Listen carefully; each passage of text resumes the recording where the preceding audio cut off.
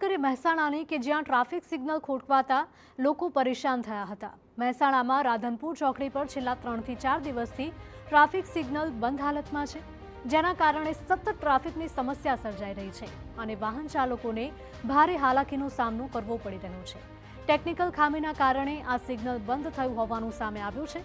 મહત્વનું છે કે અવારનવાર ટેકનિકલ ખામીઓના લીધે સામાન્ય પ્રજાને હેરાન થવાનો વારો આવતો હોય છે। ત્યારે આ મામલે સ્ટેન્ડિંગ કમિટીના ચેરમેન દીપક પટેલનું કહેવું છે કે ટ્રાફિક સિગ્નલના સોફ્ટવેરમાં ટેકનિકલ ખામી અંગે સંબંધિત એજન્સીને જાણ કરાઈ છે। ત્યારે આગામી 1 થી 2 દિવસમાં સિગ્નલ ફરીથી કાર્યરત થઈ જશે। તો આ સાથે જ વારંવાર થતી આ સમસ્યાનો કાયમી ઉકેલ લાવવા પણ પ્રયાસો હાથ ધરાયા છે। ત્યારે ટ્રાફિકની સમસ્યાનું નિવારણ લાવવા માટે શહેરમાં જરૂરી પોઈન્ટ્સ પર ટ્રાફિક સિગ્નલ લગાવવામાં આવશે। છેલ્લા 3-4 દિવસથી ટ્રાફિક સિગ્નલ જે રાધનપુર ચોકડીનું બંધ છે એમાં ટેકનિકલ ખામી સર્જાતો સોફ્ટવેરનો કંઈક પ્રોબ્લેમ થયેલ છે। એજન્સીને વાત કરતો એને કહ્યું 1-2 દિવસમાં આનું સોલ્યુશન જરૂર આવી જશે એવી શ્યોર વાત છે। એજન્સી જે તે વિષયમાં આગળ એનું ધ્યાન દોરી અને એને કમ્પ્લેન કરીશું અને એનું કાયમી સોલ્યુશન આવવાનો પ્રયત્ન કરીશું।